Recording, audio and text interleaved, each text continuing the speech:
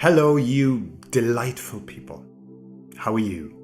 Today I'm going to talk about something that I've been wanting to talk about for a number of weeks, but I've been building up a catalogue of stuff about it.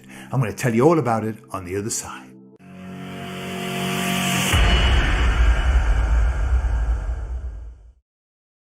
So look, a few weeks ago, I went out for a night out. Now, I don't have many nights out. In fact, the last night out I had, I was probably 10 years younger than this one. So I went out for a night out with the boys. That's what I mean by a night out. With two friends. One friend I met through my Spanish company, my Spanish teaching company. And another friend I met while I was on one of my ayahuasca retreats. Just so happens that they're mates. And so, it's a small world, isn't it? And so they invited me out.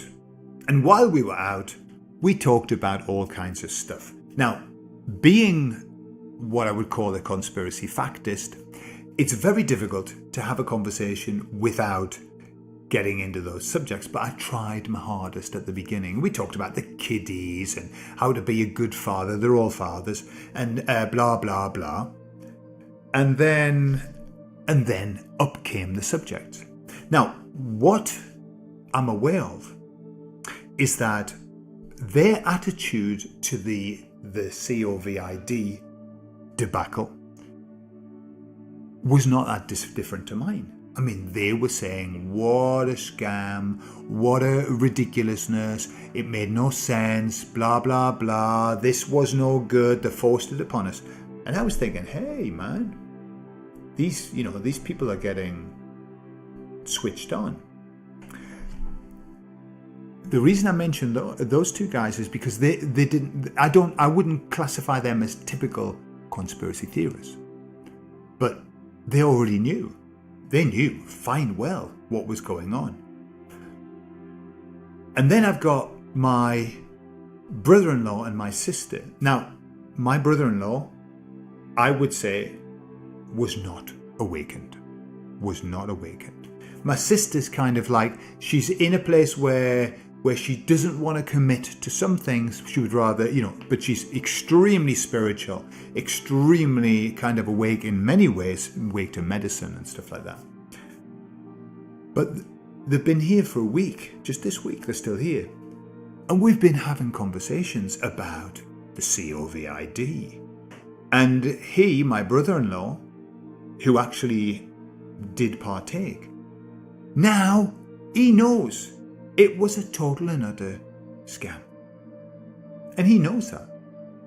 And then Cynthia was talking to me about a Spanish channel that she watches, which is a vet, right? It's a vet. And he just talks about how to look after dogs and stuff like that. And she said suddenly he started talking about the Agenda 2030 and what they want to do. And he was like talking against it, obviously. But it wasn't that. Cynthia said in the comments, every comment was from an awakened person. Now, this is a vet. All of the comments were people awake. And she said to me, do you know what? I get the sense that we might be more. There might be a lot of people who are awake now. Now, we saw this through, can you remember when beautiful Bill the Gate, man, he posted like something during the plan stroke demic of like, thanks to the doctors, great gratitude to the doctors. He put it in his window. And on Twitter, the messages, there were like hundreds of thousands of people telling him to do that. And they kept having to remove them, and then they kept coming back. Right? That at that time, and that was right at the beginning, I thought, we are more than what we give ourselves credit for. That was then. Now I think it's vast. I think it's a vast amount of people. You watch the decline of the